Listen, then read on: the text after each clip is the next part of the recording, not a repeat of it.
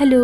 তো অনেকদিন ধরেই ভাবছি কিছু গাছ লাগাবো, বাট যেহেতু বাড়িতে তমলুকে থাকা হয় না, তাই স্বাভাবিকভাবেই গাছের পরিচর্যা হবে না এটা ভেবেই আর গাছটা কেনা হয়ে ওঠেনি।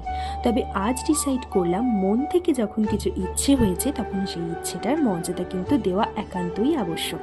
তো সেই ভেবেই দুজন মিলে বেরিয়ে পড়েছি নার্সারি যাওয়ার জন্য। সেই মতো পৌঁছেও গেছি। আর এই নার্সারি এলে যে আমার কি ভালো লাগে তোমাদের আর কি বলবো।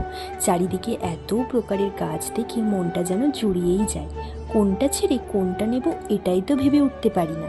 তবে কিছু তো চুজ করতেই হবে।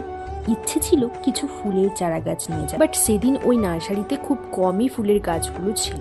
তো সেখান থেকেই বাছাই করে নিলাম। আর দেখো, বাছাই করে একটা অরেঞ্জ জবা আর একটা গন্ধরাজ লেবুর গাছ নিয়েছিলাম। ওরা প্যাক করে দিল আর আমরাও ওগুলো নিয়ে বেরিয়ে পড়লাম।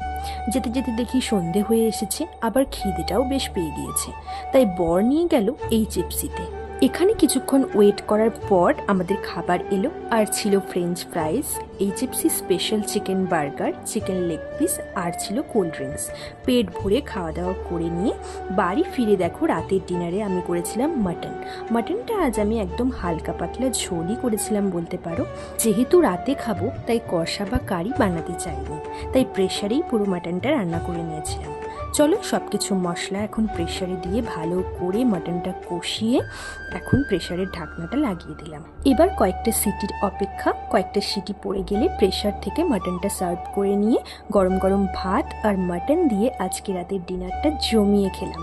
তো চলো, আজকের মতো ব্লগটা এখানেই শেষ করছি। টাটা।